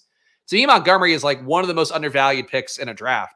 It doesn't make sense with where Gibbs goes. But like, to me, Montgomery should almost be in like that Mixon, Josh Jacobs range, just for what he represents of like giving you a good shot at, what would we say, like 5 2-touchdown games in a year? 5 to 8 1-touchdown games.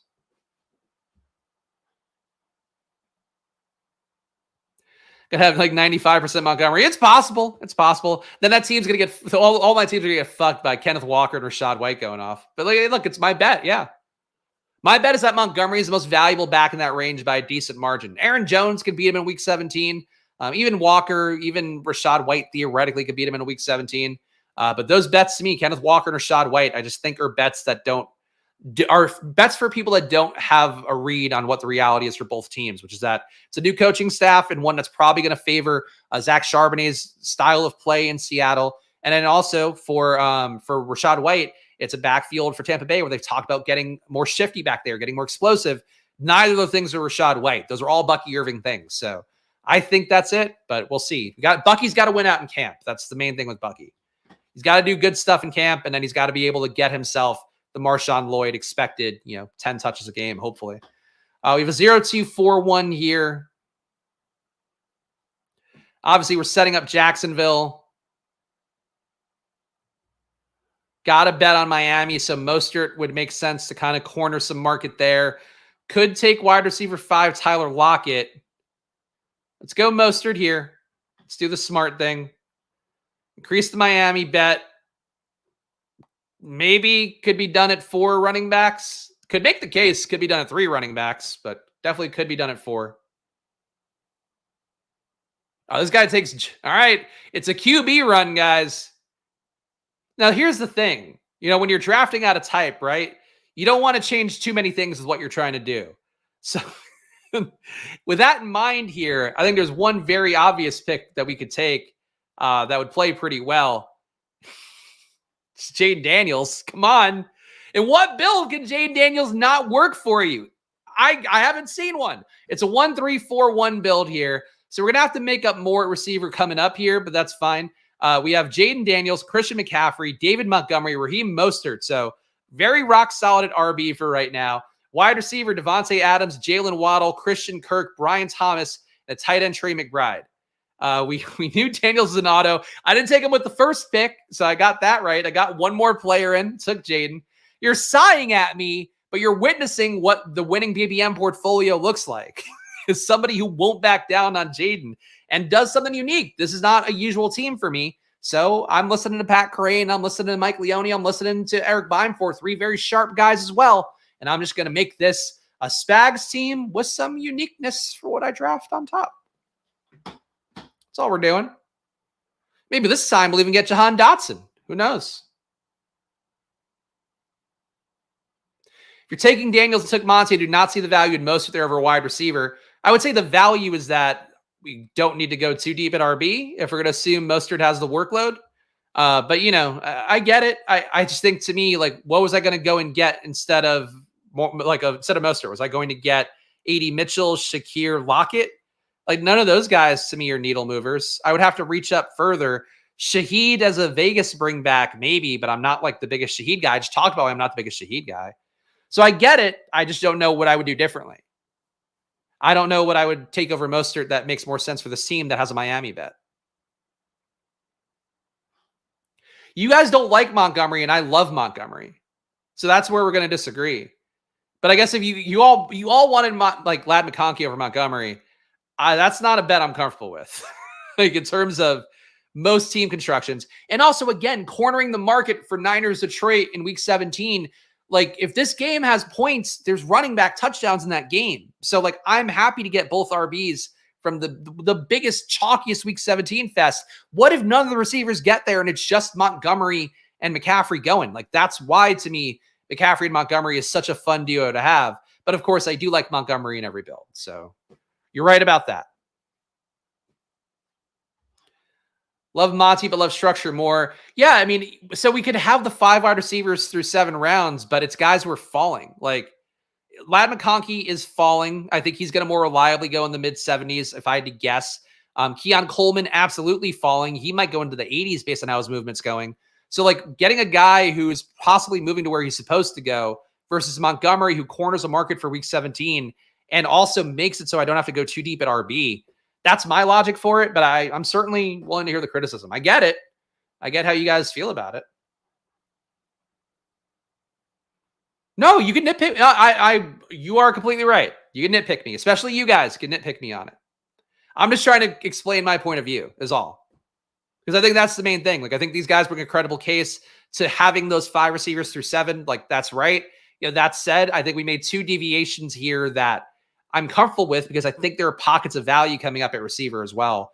There are obviously pockets of value coming up at running back too. So I shouldn't be immune from, you know, any of that stuff. Oh boy.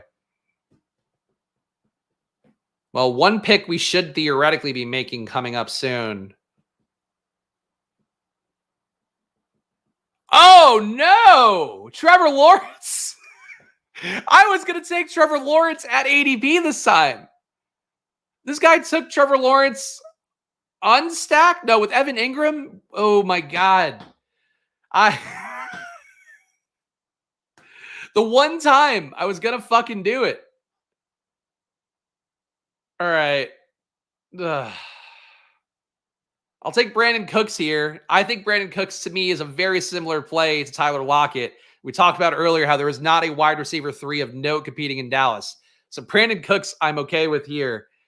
Thought we were getting Trevor Lawrence with one of those picks. We do not. Could go Tua here. Where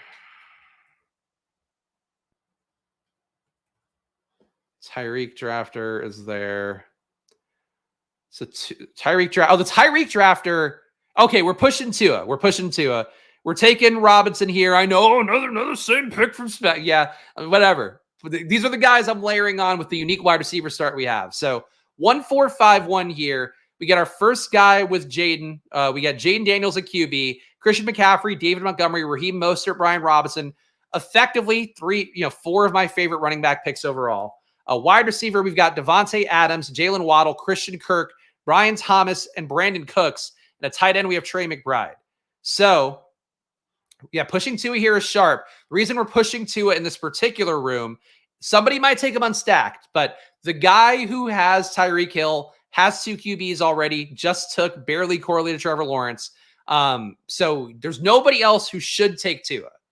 So we're going to push Tua. We're going to hope it works this time. You know what? It's going to be coveted once we're in BBM, Adam. It's going to be very coveted. But especially when Brian Robinson's the RB4. Singletary falling to 125 in this room, though. It's not that bad. Good point. We already have Daniels. No need to reach on Tua. I agree. Convinced that Spags getting sniped on QBs is a bit at this point. No, it's just that I try to look for the logical reason to push. So that's really it. Sometimes I forget to look at the board enough and go like, okay, we're going this way. And there's this guy who's got a wide receiver there. But it also happens to be on stream a lot. It's when people taking guys uncorrelated, which is still not the move. If one of these guys between these spots, like, you know, from here to here, if one of them takes Tua, it doesn't make it a good pick. It doesn't make me wrong. It's just I tried to gamble in the gambling game. And I will say, when I'm gambling, I try to gamble. So I gamble. Sniped and get sniped. Sure. Jawar Jordan is dope. I don't know that he's dope, but he's a lot like Joe Mixon, which Dameon Pierce is not. So I think Jawar Jordan's your handcuff. My concern would be he's more of the Hassan Haskins style handcuff or the Zamir White before, you know, Josh Jacobs went downhill last year. That'd be my guess, is that he's that kind of handcuff. But if Mixon gets hurt, if I had to make a bet, I would say Jawar Jordan. As long as it happens, if Mixon were to get hurt, like, you know, after a couple weeks in the season, I would guess Jawar Jordan probably gets like the majority of that work over Pierce. He's just pure power. He is older than Ray Davis, but that's why you got to play him now, I would think. Ladd McConkey and Brendan Rice are awesome. You know, Harbaugh's going to bring it. I hope he does. I hope he brings it with Brendan Rice in particular. But you know, that's a team that you don't expect the pass rate to be that high. So no matter what, to me, part of my logic in not loving Ladd McConkey is that I just don't think the pass game offense is there. If he had gone, I don't know, if he goes to the Rams, like I think he's probably going to be used a little bit better. It's a tough comp, but if he's you know what, if he's in the Luke McCaffrey spot for Washington, I would love I would love Ladd McConkey. But for the Chargers, he's not my favorite bet to make. I'll make it. I'll probably be with the field if I had to guess. But if I came in under a little bit, I wouldn't really be sweating it. I find it hard to believe Ladd McConkey is the guy who kills me this year. Adam, feel free to clip that and play it for me if he does kill me. But I find it hard to believe he's the guy who kills me. Was hoping we get Dotson back too. We don't. So story of today, cannot get Jahan Dotson back at his usual ADPs.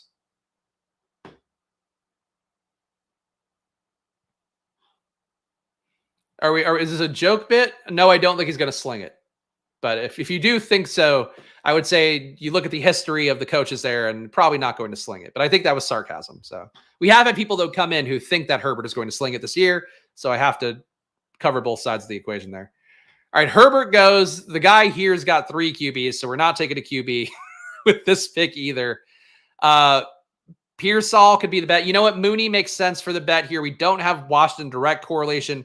We can get a unique version of it with Mooney. Like it's a little bit of a discount.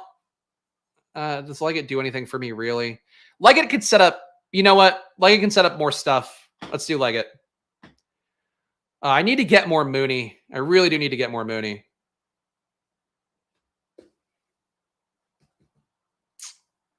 Should we push Tua for another?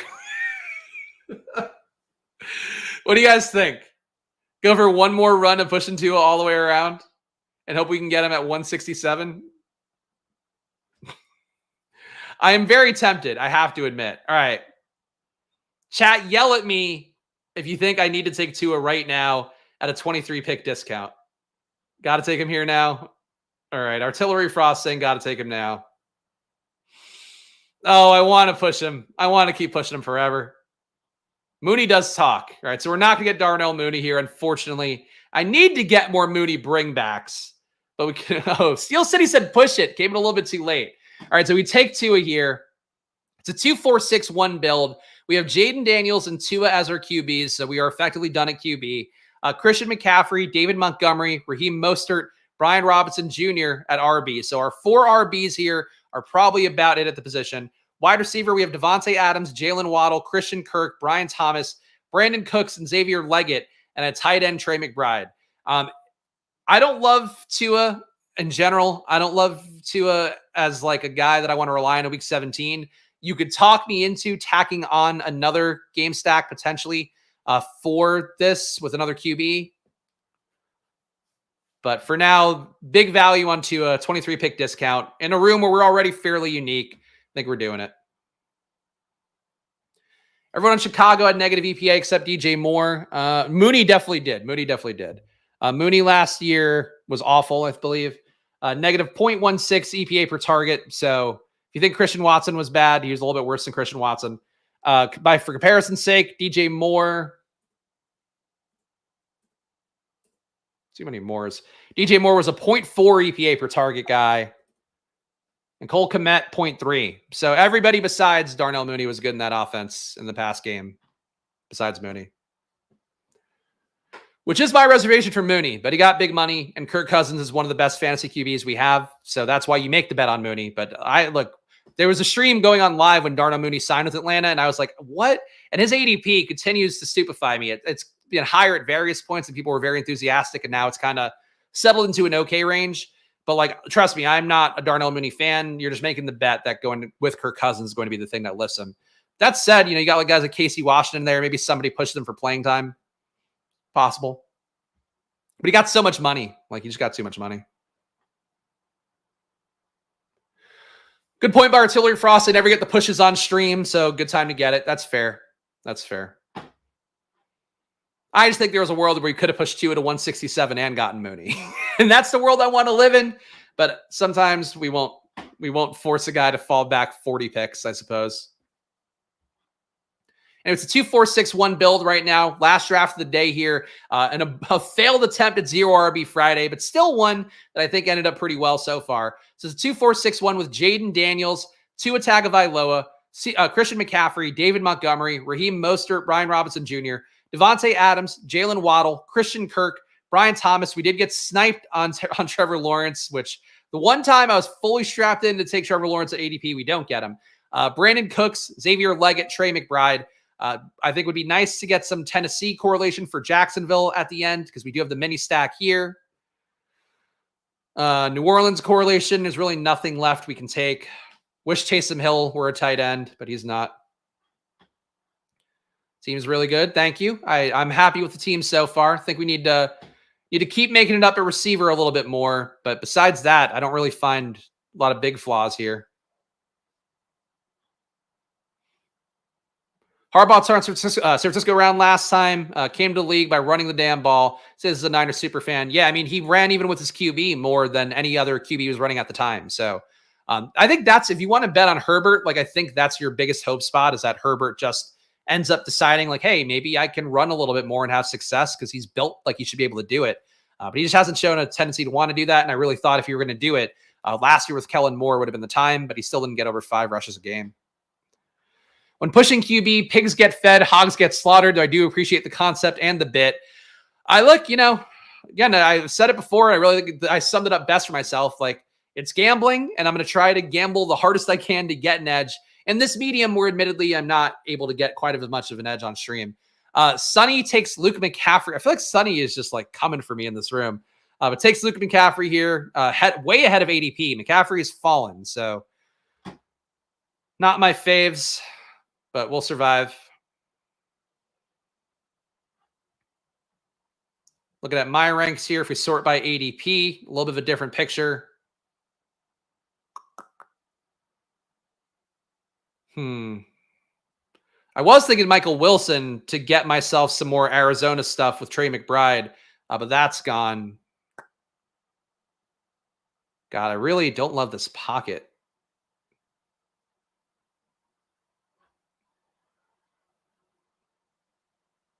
I'm going to go Mims here. I think I got it in. I'm going to go Mims. You'll see why, I suppose, in a moment.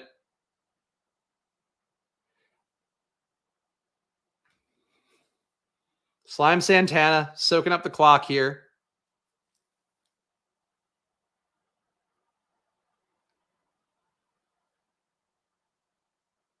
Come on. All right, takes Likely. Takes Noah Fant. So I could take Sinnott again. Obviously, I'd be okay with that. Think we also could now build out a Bo Nix stack with Denver, is what I was thinking. Make one more bet. There's no Cincinnati bringbacks to take late, unfortunately. Ugh. God, I got to stop drafting. I have to slow down on Ben Sinnott. I'm taking Ben Sinnott here. So we're still building in players I like. We're still taking a shot on Denver being a good offense.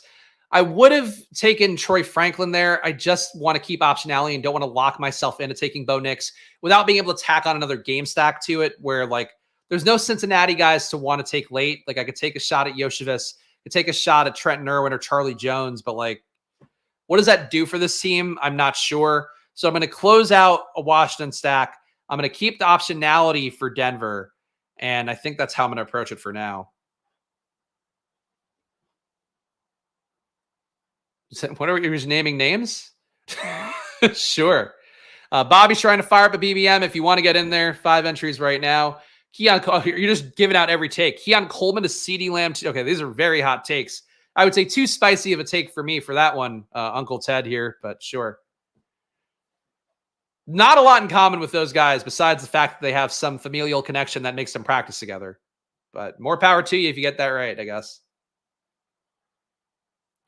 Corley's such a nice pick here. Corley is the wide receiver 4. Corley is a little bit of a Roman Wilson right now. And even if he gets on the field, he is still a low A-dot guy in an offense that is going to have Garrett Wilson out there, going to have Breece Hall out there, going to have Conklin out there for whatever that's worth. Going to have Mike Williams out there. Like, I think that that's really the big thing. But you have Gibson running ahead of him. You also have other guys who can mix in, like Alan Lazard. Like, I think Corley, to me, needs to come down with what we know from camp so far. And frankly, what we should have read into with it anyway. But the hope was that Corley could maybe start ahead of these guys and be early in camp, ahead of these guys in the depth chart. He's not. So I think that's not great signal for Corley at his current ADP. He should come down. Wow. Keon Coleman is either Kelvin Benjamin or Kevin White. I mean, I tend to believe the Kelvin Benjamin part for sure. Lad McConkey is AB 2.0. Hunter Renfrow 2.0. We'll see which. All right. So we have a 2-4-7-2. So we've made it back up at receiver. Mostly with values, though I did reach out for Marvin Mims. I'm kind of surprised Troy Franklin hasn't followed more. Like 180 is a pretty steep fall for him. But he didn't get enough camp buzz to hold on to his ADP. Much as I want to wish cast him to be a thing, I do think Troy deserves to fall a little bit, much like Corley does.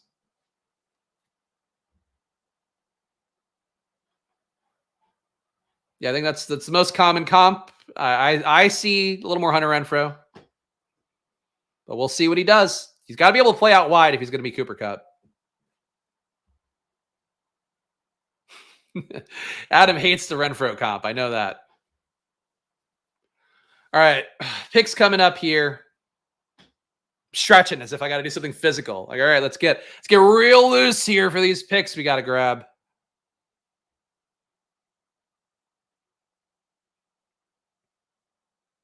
Washington, Arizona, Miami. There's a unique receiver I kind of want to tack onto the Miami stuff late. Johnny might have been an interesting pick as well, but we won't get that option. All right, so we're going to make some Oppo bets, I think. Javon Baker. Javon Baker doesn't really do anything for this team. I'm going to take Tyler Boyd as a bring back for our Jacksonville stuff. So people who like Tyler Boyd, here we go. This is when I'm taking him when I have a correlated bet on Jacksonville.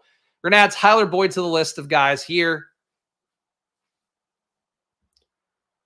My second pick. I see one that makes sense with this team, even though it's not the most fun.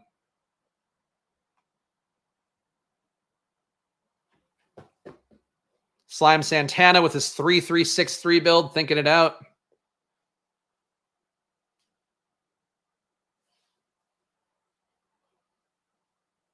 I think Uncle Ted's doing a bit, so I'm sorry, Uncle Ted. If you're not doing a bit, please go to the lab. Let's workshop some takes. If you're giving pro Deuce Vaughn takes in 2024, I would say maybe a flaw in the process, a little leak in the process is what I would worry about for you. Yoshivas goes here for some reason. No respect to our guy Bindles, but that is an outlandish pick. Okay. Got the bet on Brandon Cooks. Making another bet on Jalen Tolbert wouldn't be the worst thing in the world. But Bigsby makes sense. RB5 in a team where we don't need RB. Herbert is pretty cheap here too, though. I think in general, this is what you're supposed to do. It's a 27 pick ADP difference. We're going to take an RB5. Don't think I needed it, but building out Bo Nix doesn't really appeal to me that much at this point. We took Marvin Mims for just the pure upside of it. That's what we're going to go with here. Team so far is a 2-5-8-2. Yeah, okay. Let's give the team a read here and let me see what I need to do to stick the landing, quote unquote. Jaden Daniels, 2 at QB. Christian McCaffrey, David Montgomery, Raheem Mostert, Brian Robinson Jr., and Khalil Herbert at RB. Herbert's pure luxury here, but it's hard to reach for Bigsby when we have a discount on Herbert. So that's the way I view that. Devontae Adams, Jalen Waddle, Christian Kirk, Brian Thomas, Brandon Cooks, Xavier Leggett, Marvin Mims, and Tyler Boyd. I like the top 5 a good amount, even though I know people are, we gave up RB early. We pivoted for an elite tight end. I know why people maybe feel a little bit less comfortable with this, but I can live with it because we're just making a Waddle is Tyreek bet, really. And Trey McBride and Ben Sinnott at tight end. Could have added on a Bo Nix, Greg Dulcich thing or a Lucas Kroll thing on top, but I don't really want to do that currently at this point in the draft period. Wish I made money arguing in Discord. There you go. Induces a legal midget. Like legal little person, I think it'd be correct. Herbert feels underpriced in general. He's underpriced for what his work was in minicamp, which was getting some first team pass game work, mixing in a little bit there. He's overpriced for the fact that people think that he's going to have a bunch of different outs. When there's a good shot in reality, he's just RB3 there and maybe buried behind Swift in the pass downs, buried behind Swift on the early downs, buried behind Roshan and Swift for goal line work. That's sort of the duality of Khalil Herbert. But at 194, when I was thinking about Tank Bigsby, like I think he's an okay pick.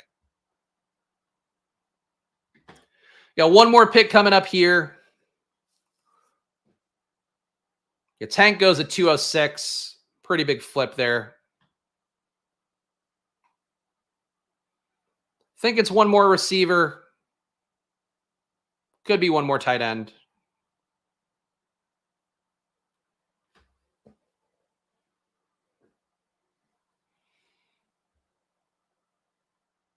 Tillman, I was thinking about too. So Tillman right now, a starter for Cleveland.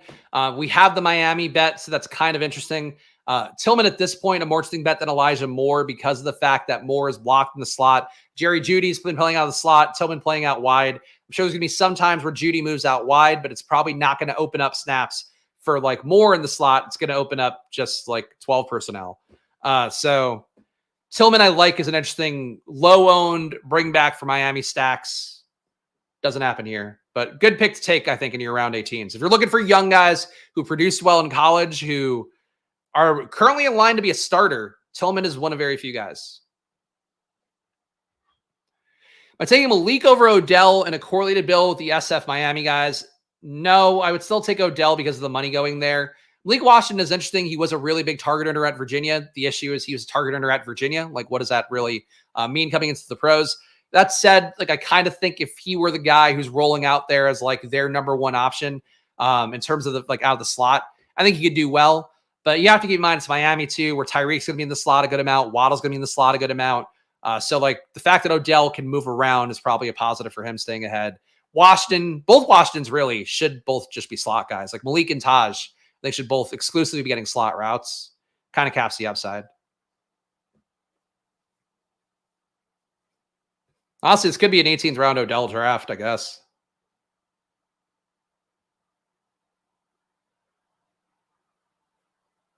It's a lot of people. People really soaking up the clock in the 18th round. Usually the 18th round breezes by. Sonny has to be watching the stream. Come on. I say it and he takes Odell. He's taken multiple guys that would have been useful for this team. Fucking one of Jeremy's burners. All right, so we don't get that back. Really not a correlated bet I'm the most excited for. I do like Jalen Hyatt as a bailout extra receiver late, though I don't know that we really need him in this build. Think we could tack on a third tight end. And I do think Juwan Johnson for this build is an interesting play. To have correlation with Devontae Adams in week 17, lower own correlation as well. So that's going to be the bet here. We failed the goal of zero RB Friday. It's the first caveat we'll have, but I am going to look at my exposures in a minute after we read this team. We got Jaden Daniels and Tua at QB. We got Christian McCaffrey, David Montgomery, Raheem Mostert, Brian Robinson Jr., Khalil Herbert as our RBs. So could have stopped at 4. Herbert was just enough of a discount where didn't feel like wide receiver was adding a ton of value to me at that point. So I took Herbert instead and took him over Tank Bigsby in particular. We have Devontae Adams as a faller, Jalen Waddle as a faller, along with Christian McCaffrey as a slight faller. So that's the hope, is that that's texture to make this unique on its own. We have the Jacksonville double, got sniped on Trevor Lawrence. We have Christian Kirk and Brian Thomas. We got Brandon Cooks, Xavier Leggett as a little bit of a discount. Marvin Mims, kind of a panic click, but I was thinking about setting up Bo Nix, decided not to. And Tyler Boyd is our bring back for Jacksonville. Then a tight end, we went 3 tight ends. Discount on McBride, Sinnott at ADP, Juwan Johnson as the bring back for Vegas. And we've got different buys, so that's it. All right. Odell does have a Vegas prop, if that means anything. Yeah, I with the contract he got, he should play ahead of those guys. And again, being able to play out wide probably matters a good amount. Let's check my exposures here. Let's see if we can get that last draft in. Probably not going to happen. I feel like Underdog's timing for updating this is not perfect. Oh, there we go. We got it. All right. So this is all my exposures for everything so far in BBM. So my top exposed player right now, Marshawn Lloyd. 47% of my teams have Marshawn Lloyd. He's my big bet on the year. Right now, bigger than Jaden Daniels because I just don't think he's priced correctly at running back. Already working with the first team, filled in fully for Josh Jacobs when he was out during minicamp. Those are the things you're looking for in addition to a role he's going to have in the pass game. So Marshawn Lloyd, to me, no matter what format you're in, I would want to have Marshawn Lloyd in my team, and I do often. Jaden Daniels, same thing here. At his price, he could be QB top 5 very easily. He's priced basically, has to play in the top 10. For as much as he rushes, for as good as he is as a passer, he should also create stack value. That's my bet. Brian Robinson is one I expect to clean up a lot of Washington. Do think I should get my exposure down on him, flatten it out with other guys in that range. Today was not the day to do that because of the unique teams we had. I still want to get my players in when I have unique teams. That said, Brian Robinson is probably going to be more of like a 30% guy for me than 38, if not 25. Sinnott should come down as well for me as well. He's at 35%. But again, this is what we're talking about. As regulars know, but my concentrated bet is Washington. So I'm doing it in every draft. 4 guys in the top 5 are Washington. If I'm wrong about it, it's going to be a painful thing. If I'm right about it, though, this is the stand that I have. So we're hoping that pays off. McCaffrey, not too far off either. QB exposures overall, got Jaden number 1 at 41%. So a big gap here. Bo Nix number 2 at 16%. And I haven't taken him in a while. So been dialing back to Bo Nix. Will Levis number 3. Anthony Richardson number 4. Would like to get him to be my number 2. I'm carrying the priors from last year on that. Tied for number 5 is going to be, actually, no, this is a tie, whatever. Tied in this group here, Derek Carr, Caleb Williams, Kyler Murray. And I am over on Jalen, over on Bryce, over on Stroud, over on Lamar. Everybody else under. So that's, I've got stands at QB, but they're a little bit flatter than other positions for sure. RB, we saw Marshawn Lloyd, talked about Brian Robinson. David Montgomery is one of my top bets here. Think for me, getting closer to 24% is the move, so we're not too far off there. I love Montgomery, defended him enough before. I will spare you guys more on that front. Chase Brown and Jerome Ford tied for number 4 for me here. Both guys I like at that ADP range. Of course, in a HeroRB run, in a HeroRB run, end up picking from that spot a lot. And Brown and Ford are probably my 2 favorite plays in that spot. We're getting less Bucky lately, but his ADP is starting to creep up a little bit. So hopefully we'll be able to balance him. Don't think it's a great time to take Bucky because we need more camp signal with him taking snaps away from Rachaad White. That'll really force his ADP up. For right now, though, happy to have 19% and to get him down to like 15-ish, I think, over the course of the next few weeks. Ray Davis, 19, Estime, 19, both those guys coming down. And the real HeroRB bets, Swift, Connor, HeroRB with Mixon, Singletary, whatever.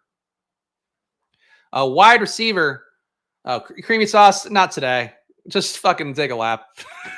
That's the idiot, by the way, who thinks that Justin Herbert's going to go off this year. So there we go. He gets it again. Terry McLaurin, my top exposed receiver. Luke McCaffrey, number 2. It's a Washington bet. That's just all it is. The Jaden Daniels bet. These guys are proxies for it. McLaurin, first time he's ever going to have a good QB. McCaffrey, too cheap. That's basically how I end up with these guys.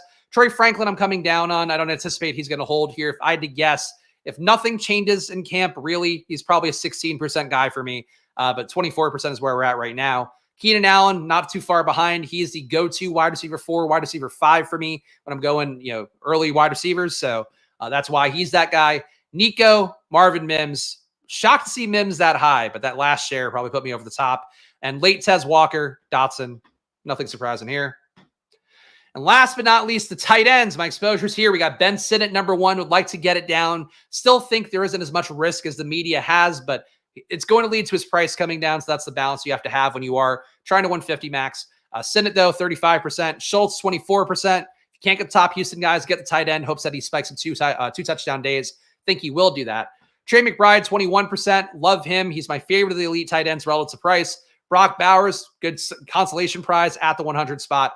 And Jonnu Smith is my number 5 here. Did not get him today, but a guy that I'm happy to get as part of a late tight end build, along with Noah Fant. So my exposures are basically saying what they should right now, so that's the positive.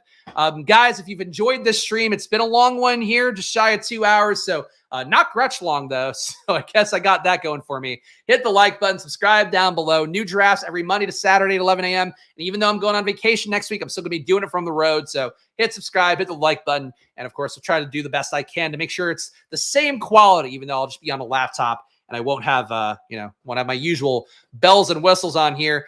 Go check out Underdog, of course. If you're not on there, I don't know why you're not, but use promo code SPLASH, double your deposit to $250, or get your deposit matched with $250. So check that out on there. It's the biggest deposit match you'll have in the industry, and you should be taking a part of it if you are not already.